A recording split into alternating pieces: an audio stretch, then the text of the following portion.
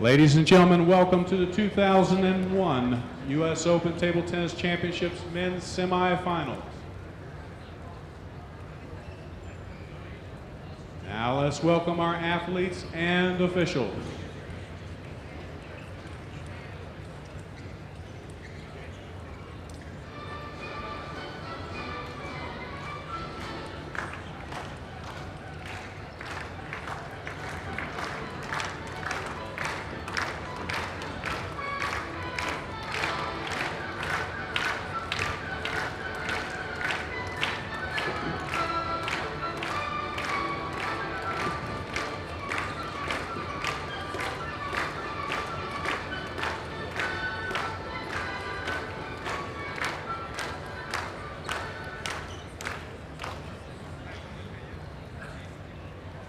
And our players for the first men's semifinals. He's won this tournament 2 times, 1989 and 1998. Currently ranked number 12 in the world, Jean-Michel Saive.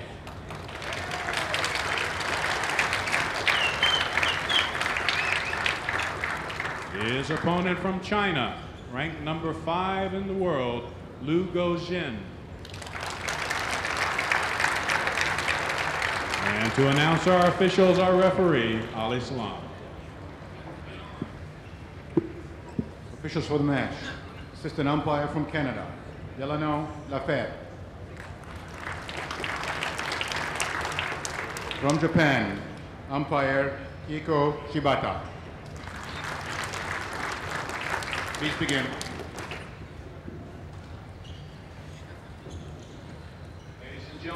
Welcome to the 2001 U.S. Open Table Tennis Championships, the 6th stop on the ITTF Pro Tour from Fort Lauderdale. Hello, I'm Sean O'Neill along with Dave Williams of USA Table Tennis. Dave, what can you tell us about this men's semifinal first matchup? Well, Sean, as we move to the men's side, we have a virtual replay of the final team tie from Osaka when the World Team Championship was held. Our number 2 seed, Guozheng, and the number 4 seed, Jean-Michel Saive, are going to be matched up here in what promises to be a very exciting matchup of 2 players with significant world credentials. Liu, of course, the hero of the Osaka teams. As we're looking at all the preparation from Jean-Michel Saive here, he's changing shirts before he even starts, friends. He's quite a showman, a spectacular player, a long-distance player, a traditional forehand looper against the modern mechanic. Liu is the hero of Osaka, survived 7 match points against South Korean Kim Tak-soo on his way to helping China win that world team title.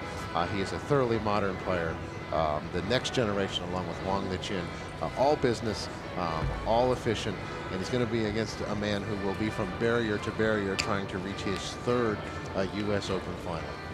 Definitely Jean-Michel. He has had some difficulty. I heard from his coach earlier that he's battling a bit of injury, but one wouldn't notice that because last week on the ITTF Pro Tour stop in Brazil, he reached the finals against a very strong up-and-coming player from Germany, Timo Boll, losing a close 5-game match. And in fact, Jean-Michel is 3rd on the Pro Tour points chase right now, so he is obviously, playing very well. He's been very active. He's going to be on this tour all the way to the end and looking to cash in on the big dollars at the end of the year. He has made the commitment to the ITTF Pro Tour, and he's looking to basically help his seeding by finishing as high as possible. And we'll be right back with more table tennis action from the U.S. Open.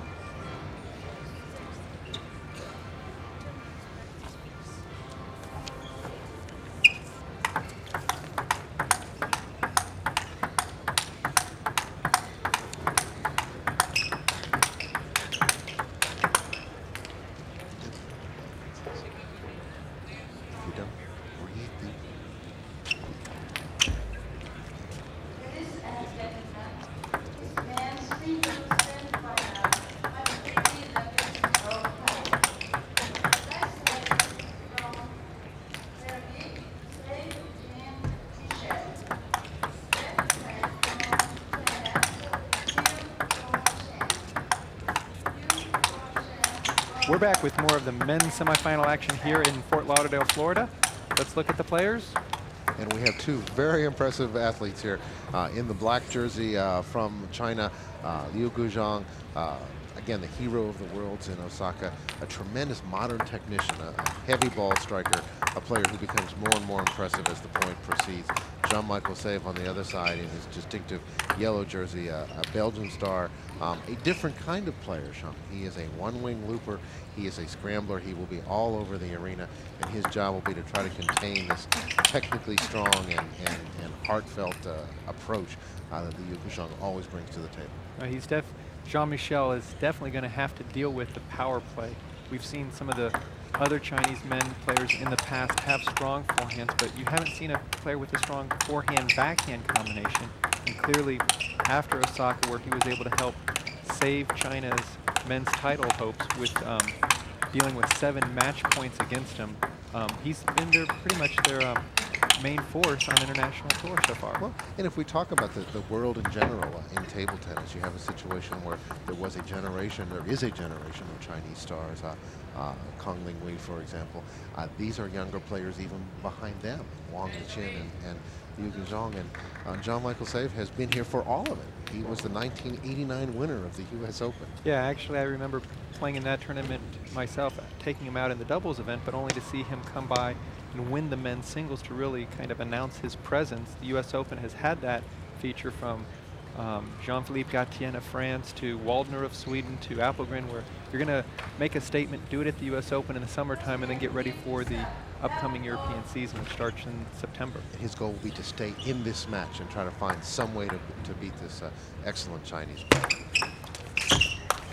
See a lot more power than we saw in the women's game. Both these players have strong forehands. Tremendous mobility. You're going to see the ball raging more side to side and the players using the entire court.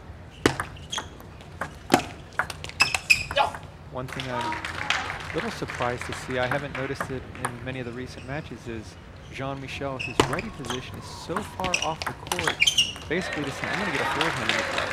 Well, and again, we will see him emphasize that shot. That's his feature shot at the table. He will hit strong spinning loops like this, stepping up, rotating his body, and hitting into the open court. He'll retreat with that shot as well. Both these players have the ability to play with their forehand to anywhere on the table. Unlike always just going kind of cross-court for a powerful shot, they'll wait, and then misdirect on an inside-out forehand. Maybe a little similar to a tennis player named Andre Agassi or Jim Courier, we just saw on that last point. Or they'll go with the power and turn their body across the ball and go for the cross-court or the down-the-line shot. And again, he steps up this time, doesn't retreat, goes the other way, and sort of catches Leo looking toward his own forehand side. And Saive with a very nice lead off of his opponent's serve. Always like to start out strong, get through those pre-match jitters. There's a contrast here in these two players. Liu does not show emotion between points. He plays with great heart, but he's not a verbal player. Jean-Michel, on the other hand, will be all over the place, both with his emotions and his body. Well, one of the things that Jean-Michel will do is try to get the crowd involved. He is the sentimental favorite here. He's won the tournament twice. Great forehand loop. You can hear him encouraging himself after each point. Here we see a replay of that last nice control ball. Flip, stepping around, power down the line. See him using both corners very effectively early on. And he will feed off the energy of the match and the energy of the crowd. Liu needing a little bit of a wake-up call here, down 8-1. And this is not the first time in this particular tournament where Liu has started a little slow. In the last round, he played the Pole Błaszczyk, and Błaszczyk had his chances. Oh, Błaszczyk was playing great for a game and a half. He forgot that it's the best 3 out of 5 here in the Pro Tour, and forgot that he had to finish him off and wasn't able to do that. And we're all left to wonder if he had won a critical point or two in the second game, whether he would be in this match instead of Liu. 3-9. With Jean-Michel's experience, he realizes even up 10-3, which might be almost a given that he'd take the game, that he's got to take it 1 point at a time against Liu. Liu can storm back with his very strong serve and service run. But right now, Jean-Michel Saive is pretty much running the tables, dictating who's going to get the first attack, which I think Liu's a bit surprised. Well, and it's very important that even though these are both professional athletes who tour the world, the experience factor is on the side of the Belgian player. Oh, excellent backhand loop, jamming the Belgian. One thing we always joke about when we see Saive play, he has a tendency of rolling up the shorts in order to have his legs feel unencumbered there. And after each point, you'll see even more rolling up if he's doing well. A unique fashion statement. Oh, beautiful. He stepped around that ball before Liu even hit it himself. Yeah, Liu should have looked up. Here comes the nice backhand push. Beginning to step around. Boom, down the line, clean winner. A very creative shot. As Dick Vitale might say, a diaper dandy there. Or in old football lingo, oh my. Excellent control there. Jean-Michel knowing that if you're not going to attack it, you better make sure your opponent doesn't have a chance. That last ball would have bounced twice, forcing Liu just to hold back on that final swing. We have a lot of contrast here with these first 18 points where one player is animated and very loose and very much in his game, and Liu just sort of seems to not be in rhythm. Well, Jean-Michel knows if he can win that first game, often we call it a free game, that just really makes it that much easier because you're playing a 2 out of 3 then and your opponent's still playing a 3 out of 5. Very And against the Chinese, anytime you've got to come back from that 1-game deficit, you're at such a disadvantage because they do have the ability to play strong shots. Oh, I think that ball hit the side, so yes, will be Jean-Michel's. And to explain that to our viewers here, if a ball hits the edge of the table, it is the point of the man who strikes it. But if it does not bounce up, it is not a point. Jean-Michel realizing that was a little bit of a free point, but also knowing, here we see a replay, the push was a little high, bingo. But knowing that if he takes 5 shots like that, he'll have the game in hand because those aren't safe shots per se, more of a shot in frustration. Yes, and as you saw though on that point, there was that straight arm, balls half an inch high, just cracks through it. Still with the serve. Jean-Mi with great misdirection. Second time we've seen him have an open shot on one side, go for a backhand. Now this time, instead of going out to the backhand, catching him on a forehand shot. And there's a great combination there from the Chinese player. That's the Liu Guozheng to win that one. Plays the ball off the bounce side, very steady. He can range from the table, but frequently chooses not to. Now the one thing that I know that Jean-Michel's coach, who one of the top coaches in Europe, Wang Daiyang, mentioned, you can't back up against Liu Guozheng. If you back up, you might as well just shake his hand and say, here's a free pass to the final. So we have seen Jean-Michel, compared to all of his previous matches, much closer to the net, up at the court. You see a great third ball attack on that last ball. It was a perfect example of what you say. That he stepped right into the ball, took it on the rise. He knows if he's going to, and there it's, again, just an unforced error. Again, I think it's more out of frustration to get this game over and kind of start fresh. And this does remind us of Liu's quarterfinal match where he really didn't appear to even be attentive. Although it's a pretty good shot for a guy not paying attention. It's one of those where I'm not going to move my feet and you hit it in my body. I'm figure out a way of putting my racket in the way. Here is a just quickly put the racket there and let the ball of your opponent do the work. And again here, he clearly is willing to dispatch this game into the record book and regroup himself for game 2. Jean-Michel cannot afford, though, to play loose points himself. He needs to finish this off so he can start game 2, still in a commanding lead. Sean, at this level of play, is conditioning an issue? Are these athletes, despite their heavy training, is there a possibility that Saive will not have the energy to win this match late? Well, the thing that Saive is having to deal with is, again, his coach mentioned earlier that he's had some injuries. We saw him, I think, shoot some, I don't know if it was a Bengay type of spray or something. I don't know what that shot was from Liu, but it wasn't going over the net. Now the Belgium has won the first game, 21-12. Perfect position, extremely smart, showing the experience of the last 20 years of international play, getting out of the blocks fast. And with this thrown away point, Jean-Michel Saive was able to put a down payment on a trip to the finals at the U.S. Open.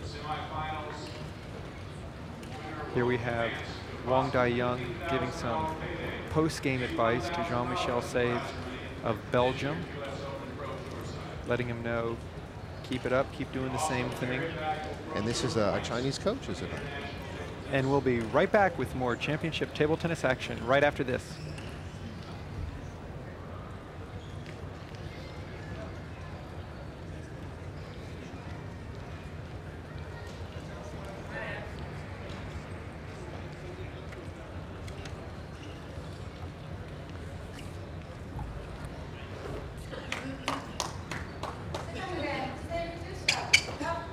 Welcome back with the second game of the first men's semifinal match here at the ITTF Pro Tour US Open. Jean-Michel Saive of Belgium leading Liu Guozheng of China 1-0. And starting right out of the blocks again, Dave. A surprisingly easy first game, and he repeats the crime, if you will. Steps up, knocks off the return of serve, and continues his momentum. My bet is that the coach of the Belgian team told Jean-Mi that if he can take the first 3 or 4 points, he can keep that momentum going from game 1 and really get the discouraged Liu Guozheng to maybe play with a little bit too much risk or go for too much to get back into this match. And as you said, Saive is clearly deciding to stay up at the table, and as you can see, Guozheng leaning over at this point, tying his shoe, and in the black jersey. In the yellow jersey here, you have Jean-Michel Saive, ready to try to maintain this lead that he built for himself. A great call. Jean-Mi knows that that was an unforced error there. He had the point perfectly set up, but still with a 2-1 lead. As long as he can keep a lead, he'll be capable to get up to the table. He really needs to get up. If he's off the table blocking, he's going to have to deal with too much real estate with these attacks. In stern contrast to his match in the last round, where he played fellow European Roscoff, and they ranged from end to end and side to side, spinning the ball at each other. Clearly a different strategy here in the semifinals. Again, very strong blocking. Is it possible, Sean, in a match like this, that Jean-Michel can bring enough change to the table to discourage his higher-ranked opponent? Well, he always has played with emotion, and clearly the crowd here at the U.S. Open would like to see the Belgium reach his 3rd U.S. Open final. He has so much experience. I mean, getting Belgium, how many people would have thought they could have reached the final of the World Championships, both he and his brother, and there's an edge ball. Saw Jean-Michel pointing to the ball to make sure that both his opponent and the umpire realized that he did admit that the ball hit the edge. But he has so much experience. He doesn't, normally with Jean-Michel, the first rounds are the tough ones for him. As he gets into the later rounds, the finals, the sunrise, he knows what he needs to do to win. And as we discussed earlier, there was a side ball, although Liu reached the ball, he didn't get it up over the edge of the table. Jean-Michel's point. Now at 4-4. Another unforced error. It's tough for Liu without really playing much offense in game 1 to get it going, because Jean-Mi's been doing all the dictating. He's the one who's opening up. He's the one who's playing the position, and we've also seen a number of great misdirections. And how much does rhythm play at this level? I mean, at this point, is he still searching for some pattern? Well, against the Chinese, it's critical, because generally their rhythm is so much faster than any of the Europeans can deal with, that if you can't play at their speed or rhythm, you're just a pawn. You're just keeping the ball on the table. Jean-Mi has mixed it up, changed a little bit, and really stayed close enough to the table to where he doesn't have to worry about he's just playing a blocking role. Here's another great opening loop and straight down the line. That seems to be the tactics that the Belgian coach mentioned. Don't do so many cross-court balls. So far, he's been the faster of the 2 players. And dealing with a small injury coming off the Brazil Open. Sometimes those injuries actually allow you to focus more, because you don't try to do too much, but just do what you're capable of. Well, at what point in a career does Jean-Michel Saive sit back and say that, I've achieved what I need to achieve for my country, I've achieved what I need to do for my own reputation, and I'm just going to play to make money and to entertain as opposed to seriously compete? Well, Jean-Michel has really been a modern player. 2 years ago, he was part of a player association trying to increase the exposure of table tennis worldwide, doing so much. See a strong supporter of the ITTF Pro Tour, as well as in '96 he carried the flag for Belgium at the Olympics in Atlanta. He's really done everything he can to help make the sport more known worldwide. And I talked to him last year going into Sydney, and he said he's going to be there in 2004 in Athens. This isn't going to be just a end of a career this year or next year, but he's going to stick it out there for a while.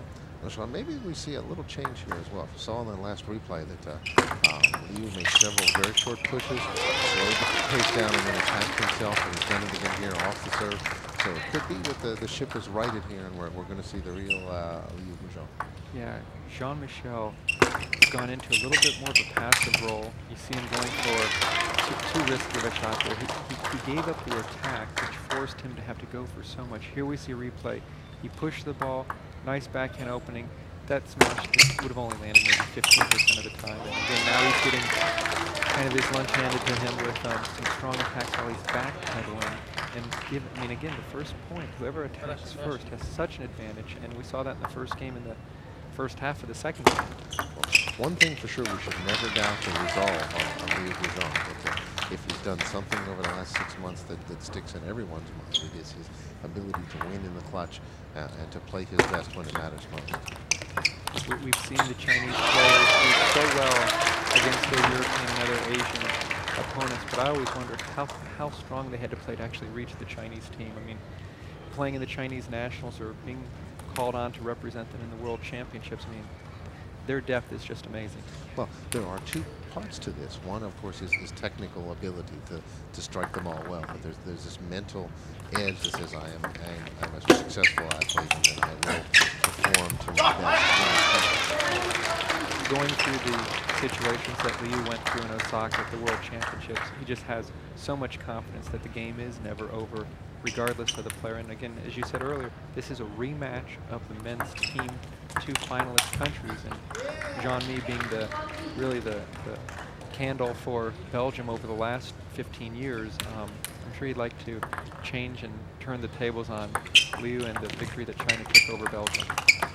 And again, you saw the same thing here where Liu made 2 very good short pushes, forced Jean-Mi to open a little higher, and was able to put the point away. You saw a little gesture to his coach, basically saying he's getting jammed in the elbow, and we've seen that all through this tournament where the strongest attacks have gone into the elbow, not necessarily just wide open cross-court shots.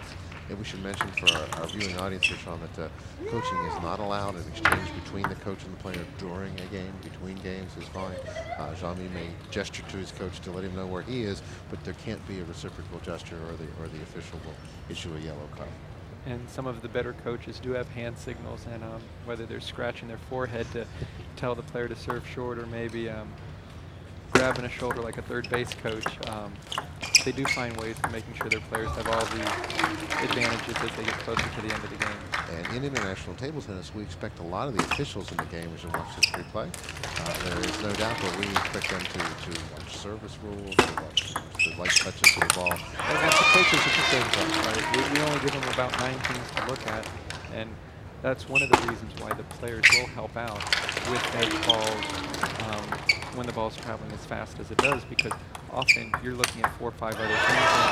And here we have game 2 completed without too much fanfare. And just as he dispatched the point at the end of game 1 in a losing cause, Liu just swats away this backhand to even the match. Here we see a forehand serve, backhand push way too high, backhand bullet down the line for the winner to even up the game at 1 apiece. And we'll be right back with more table tennis action from the US Open in Fort Lauderdale.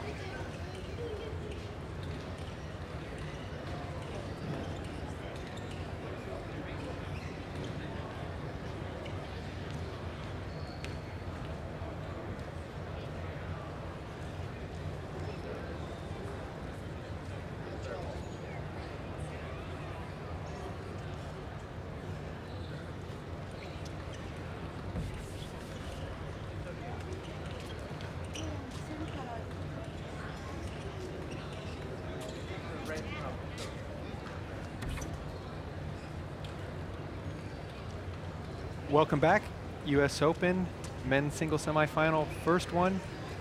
Belgium versus China. We've got Jean-Michel Saive getting some final advice from his coach, playing against Liu Guozheng of China.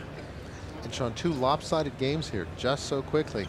Just as Saive came out of the box well and put himself in the match, he comes out with a fresh shirt, yellow to red, and hopefully a new approach to the game, having lost badly in the second game. Wondering here if he's using his Tiger Woods red to make a statement here in the semifinal action at the US Open. He'll be returning serve from Liu Guozheng, the number 5 player in the world. Oh, look at that strong backhand attack off of a little bit too high forehand serve. But again, it's a message here that he's going to step up, he's going to keep this ball in play, he's not going to concede the table to the Chinese stuff. But he realized, there we go again. His backhand down the line paid huge dividends in game 1 and 2. See him mixing it up a little bit. Again, his service return, he plays so far wide to the backhand. Just really ready to get a play. Gosh, I'm surprised he went for that offensive of a shot, but he wants to get his forehand in so he can actually control the table on the first return. There's a nice angle. Backhand with too much angle on that one. Well, and as we said, he's a one-wing player. That doesn't mean he doesn't have a backhand. It means he strongly prefers the forehand as his finishing shot. His most dependable shot.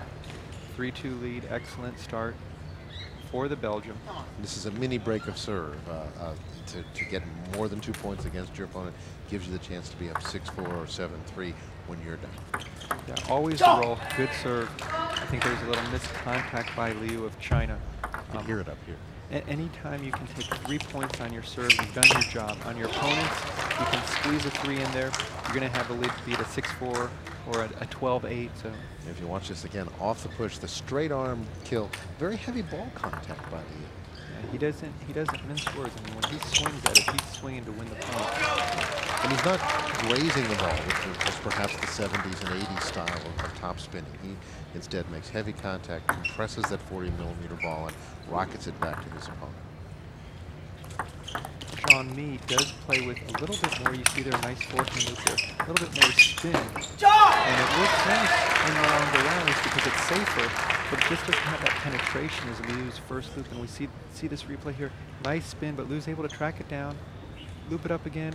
Jean-Mi able to get one more ball wide to the forehand. And again, you saw Liu being able to play with his shoulder square to the table, a lot of upper body strength to move sideways without crossing his legs, without swinging, rotating his body, and still being able to counterspin those strong forehands. Even though Liu is not that, we've seen it some Chinese players in the fast with the penholder pips out attack, they tend to be short, wiry, and quick. Liu, even though he's fairly short, quite a strong upper body, and you see that in his attacks, both forehand and backhand. And here in the arena in Fort Lauderdale, you can hear the difference when he plays. There's this sharp crack of the ball when he makes that kind of contact. And I also think it has a little bit to do with his equipment, Dave. The Chinese players traditionally have a stickier type of rubber on their racket, which allows for more spin, but it also requires bigger strokes in order to drive the ball. And we almost got into a classic save point there where he's back at the barriers, lobbing the ball into play, but Liu's spin was just too strong to allow that second shot to land. Saw a great recovery off a shot down the middle, but he couldn't get back for one more shot.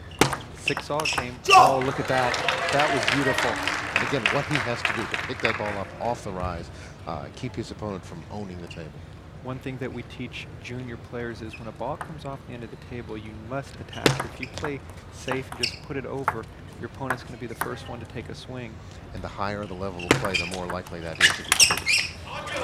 Saive might be one of the few players in Europe that can attack double bounce balls because when he loops, his racket is a little bit higher than the table. And he has such great rotation on his shoulders and he's so close to the table.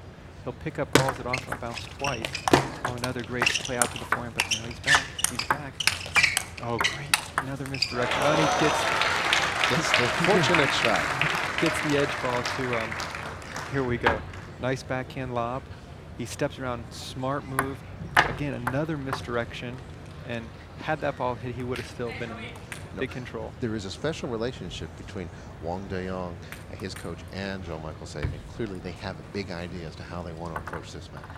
All right, Wang Dayong, former Chinese national team player himself, fully aware of what the Chinese player is going to do. Really a great relationship. I've had a chance to be coached by Wang Dayong. Great personality. He was in Ecuador before heading over to Belgium, coaching the Ecuador Pan-Am team. And I think Jean-Mi would say one person, maybe other than his brother, who's also on the national team, was responsible for his great performance this year and in the past 5 or 6. It would be Wang Dayong. He's done a great job and just a real super individual and coach. Well, and Jean-Michel has reached an important point here. He's up by 3. He reversed the trend of the last game. He's again in his game plan. Actually, it's a mix because he's been out there ranging the court and then stepping up and making a shot like that. What he has done this game, I've seen it more with the big ball than any other time. A lot more straight down the line balls for winners, especially off the backhand side. It's because when the ball sits up there, you really can't get as much power, and the player knows when they're going across court. Again, there's a straight shot down the line from Liu to wrap it within 3 points. Well, and as you watch the replay here, you see what you're talking about here. That if you get the player going one way, there's no way to reverse it at that close range. With the smaller 38mm ball that was in effect for the last 50 years before the change, you almost had to guess where the ball was going. Now, if you wait a second, person can hit behind you, you're still having a tough time tracking a ball going over 75 miles an hour. And all over the ITTF Pro Tour and all the countries that have strong coaches in its program, there's serious study that combines player technique with the spirit of their play and the actual technology of the game. Right. Table tennis continues to move forward both from the physical aspect where the players are bigger, stronger, faster, along with the technology where the equipment manufacturers are creating rackets that allow for individualism through the different rubber and racket combinations, but also we see a lot of different styles, probably much more so than a tennis per se. And we talk a lot about the brain trust, and what we're saying there is that particularly in China, oh, a mistake on serve. Right, he mistimed his toss a little bit, hit the edge of the table on the way up. Jean-Mi took huge advantage of that, just stepped in. There's no rule about going around the net or actually even finishing on your opponent's side of the table, but here again, nice, again, down the line block. Those really have paid big dividends for both players so far this game. Well, there's been a lot of discussion on the internet and in the global online community about exactly where the Chinese system thinks the big ball play will play. And one of the things we referred to is that Liu Guozheng is probably playing with slightly softer sponge and perhaps thicker sponge than he would have had he been playing with 38mm ball. The Chinese, with the change to the 40mm ball, and it was probably one of the best changes I think the International Federation has put into play, because it does allow for longer rallies while not giving up the position. Oh, look at that backhand. You can't beat that. Again, Jean-Michel cheated a little bit and he paid the price. Big time. Here we see a nice short ball, short return, last second strong wrist play of Liu Guozheng of China. And that's a strength that's difficult to appreciate until you see a replay like that. I can imagine that making the Chinese national team, he probably had to do a couple of those in his career. More than one, perhaps. Again, a strong follow. The ball was up a little bit. Jean-Michel steps in. He's really applying his game plan. And whether he can execute it or not is the question that this match will unfold. But for the moment, he's staying the course. Well, as we saw him win the first game quickly and allow himself the one-game advantage, he's doing the same now. He's trying to get that 2-1 lead, so he's playing one game to win the match while his opponent has to win two. And he knows even at 16-13 here, with the serve and with the advantage, here's the replay on the last one. Nice opening loop from Liu. This is not the first time in this tournament, however, Liu's been faced with this situation where he has an eager, uphill battling opponent who has a chance to take the lead on him. And these several points will really determine whether he's going to walk through this match or have to battle to win it. And that last ball, Jean-Michel had a little bit of a difficulty. He was stepping around the ball. And I don't know if that was more due to his injury, but he bottomed out on his loop. Needs to stay close to the table. And he's got the serve return now. We'll see if he'll be able to control that first shot and stop Liu's strong first attack. Nope, no problem. Extremely strong shot. And Sean, that's a power leap there. That's not just a pure top spinning ball. It has a lot of pace, has a lot of side spin, which seems to be the way a lot of players are going with a larger ball. Europeans, like on that shot by Michel, tend to play with a little bit more spin than speed, where the Chinese have an equal amount, which makes it extremely difficult to deal with because it's coming at you from two fronts. And the ball speed itself sometimes slows down very rapidly as it continues to track sideways. Exactly. 16-all, critical point. Not lifting that serve enough. He knew exactly that that's the ball he wanted. He's the master of opening up off the opponent's serve. But you can see him grab his arm a little bit here. Down 16-17. Game 3 of this U.S. Open men's semifinal. Another unforced there. Strong opener down the line. He's basically saying that he's just swinging randomly, but I have to tell you that those shots aren't that random. No. He's in full control of where he's hitting. It's just he's playing at a different speed than Jean-Michel is accustomed to. And Liu, I think, is known as a micro player. Small changes in racket angle result in large changes at the end. All of a sudden, when you lose a couple points, now he's feeling the arm tightening up, and injuries all of a sudden come back in mind there. You see an unforced error, and he's looking at his arm, thinking, what do I've got to do right now? Success is a great painkiller. And he's in big trouble here. Jean-Michel is looking at a situation where down 2-1 to a player of this conditioning and with these skills is a real tough mountain to climb. He was up 16-13. Things were looking good, in full control with the serve, now trailing 19-16 with the serve. He can't afford to let any of these serves go long and get out of his. Oh, great combination there. Right back to the power. He has found with the redirection or more the straight balls that he's finding that Liu gets flat-footed. But again, look at that. Right off the table, 19-17. From our camera angle here, when the ball is to the right of the table, Jean-Michel is able to attack well. When the ball is to our left and into his body, he doesn't seem to get as clean a swing. And I think that might be due to the injury, just because it's tougher to turn the body. On that ball, you got a freebie. I mean, Liu flipped it long.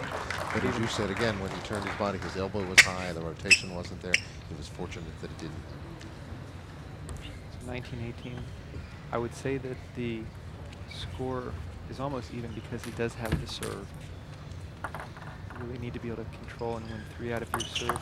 Nice deep serve. Wasn't able to loop the ball.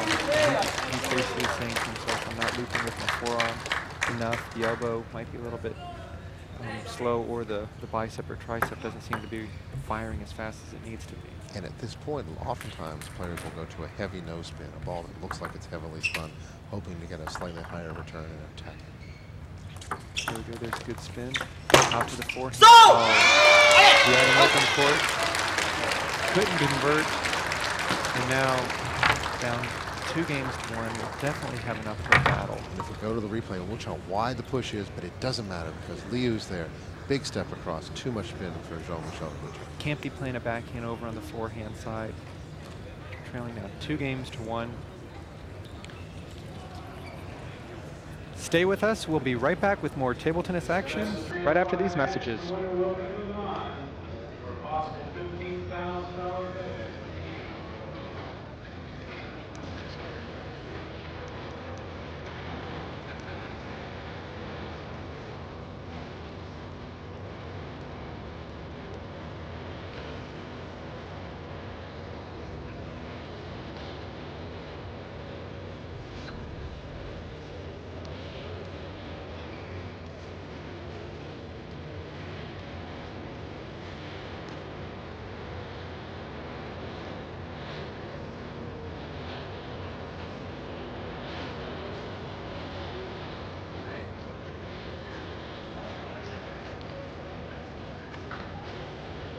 Welcome back to the men's semifinal match here at the 2001 U.S. Open ITTF Pro Tour stop.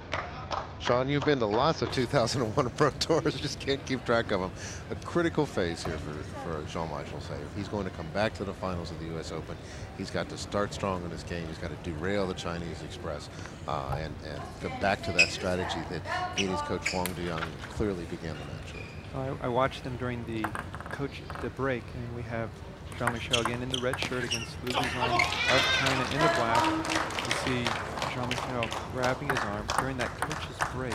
He was complaining the whole time. He was saying the guy was lucky, hitting balls left and right, forehand and backhand, grabbing his arm, feeling the injuries that probably plagued him after the Brazil Open last week. Yeah, and they were on the table earlier today. A lot of folks were discussing whether they had affected his play. They did not affect his play last night. Clearly, some combination of the match circumstance and this recurring injury is on Jean-Michael's mind at this point. He's got to block that out and address the issue of getting himself back to the finals. Great backhand smash there, but we have seen with Jean-Michel constant conversation out there with himself, just really fighting the battle with 2 people, not only Liu Guozheng, one of the best players in the world, but also the mental challenge of what do I have to do to win.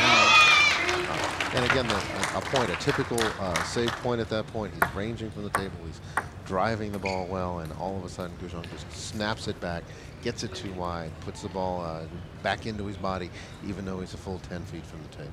See Jean-Michel kind of fighting right now to get back in. Liu with the forehand serve, strong backhand loop, and then you see Jean-Michel grabbing the arm afterwards. Again, those injuries definitely play a great role when you're trailing. Oh, and again, that if there is an injury, you don't want to have anything toward the front of the shoulder there. Really affects the ability to hit the forehand. The other thing we should be alert to, though, is that if he limps along here and looks like he's in trouble and Guozheng lets up for a minute, Liu will be in trouble. He will, and Jean-Michel isn't one who hasn't, I'm not going to say he's used gamesmanship to fake an injury, but if he's out there kind of grabbing and hemming and hawing, it wouldn't be a surprise if he's actually comfortable himself. There's a bit of a drama to all of it. He employs all the tools he has to win in a slightly less straightforward way than Liu Guozheng. Jean-Mi has traditionally been one of the strongest fighters on the European circuit.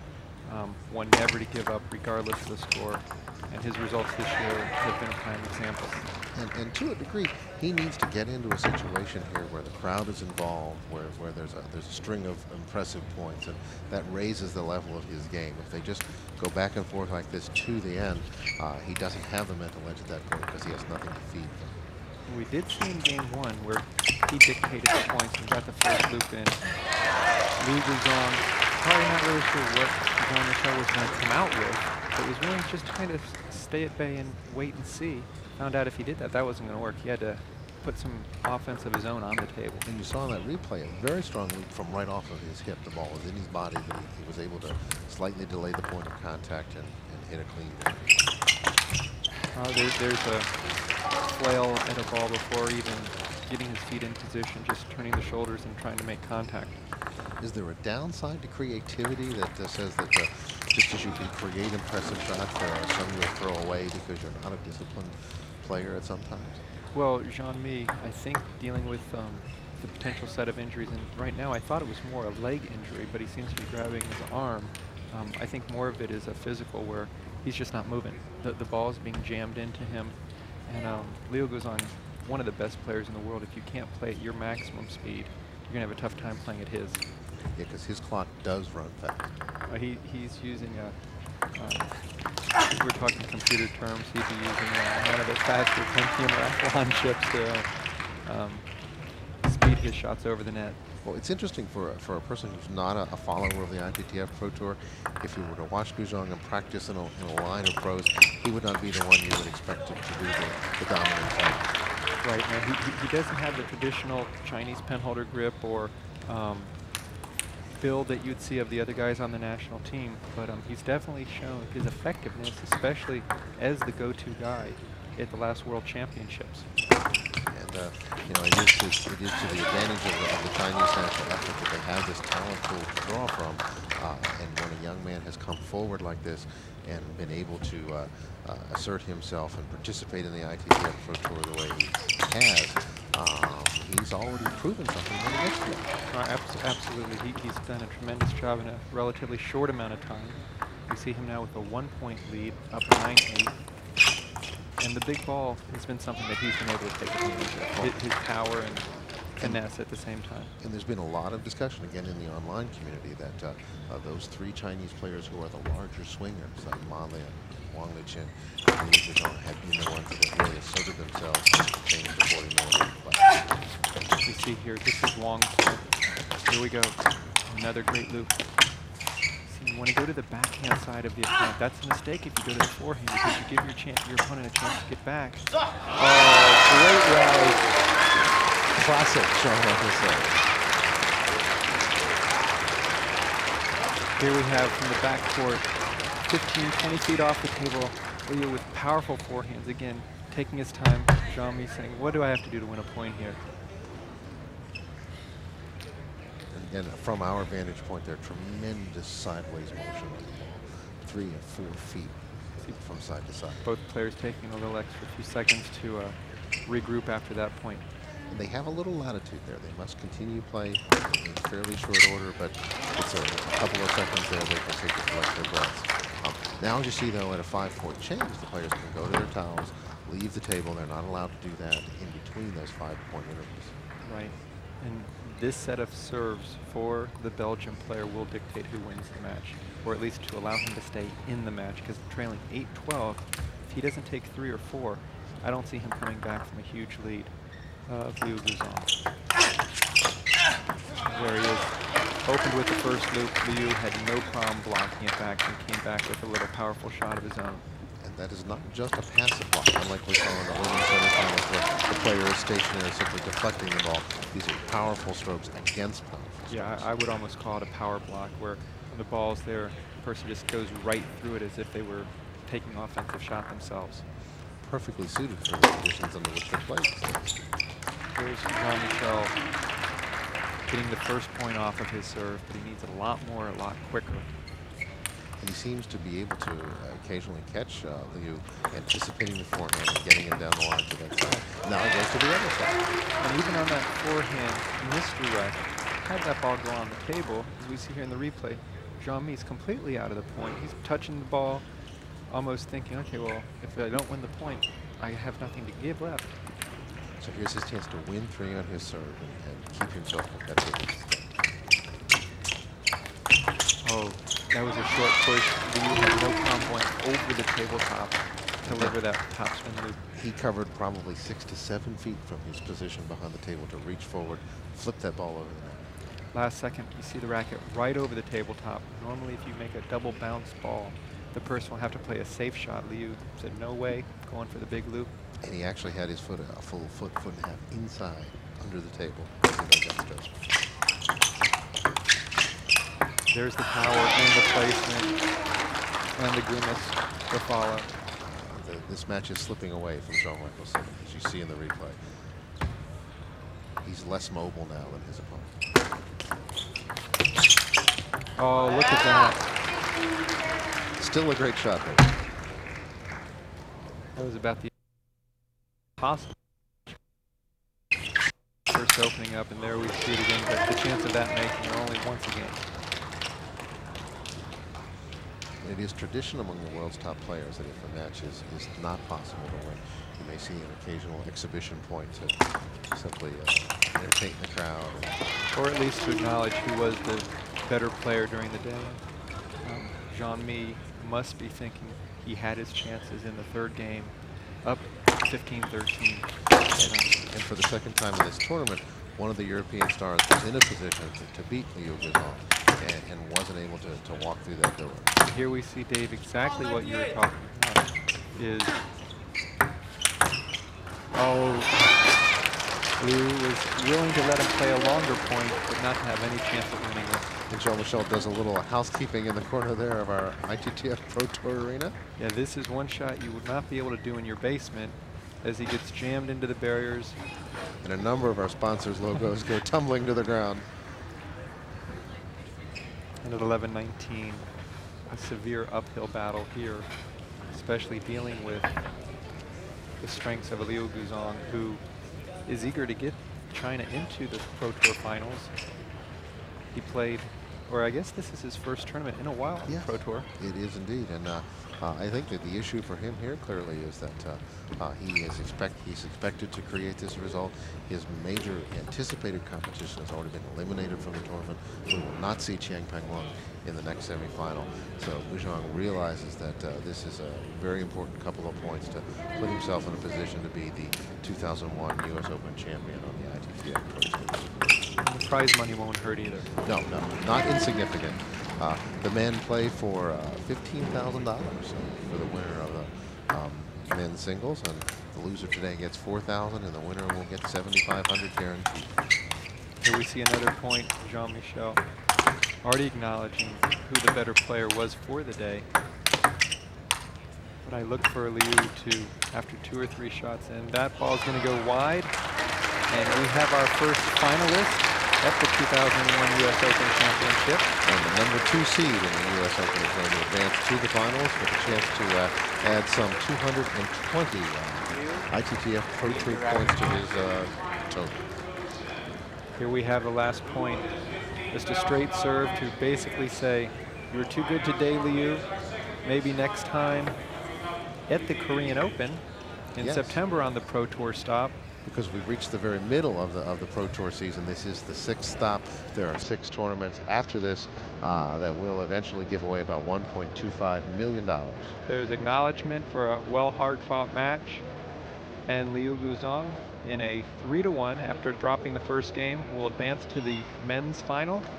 And we'll be right back with more action from Fort Lauderdale.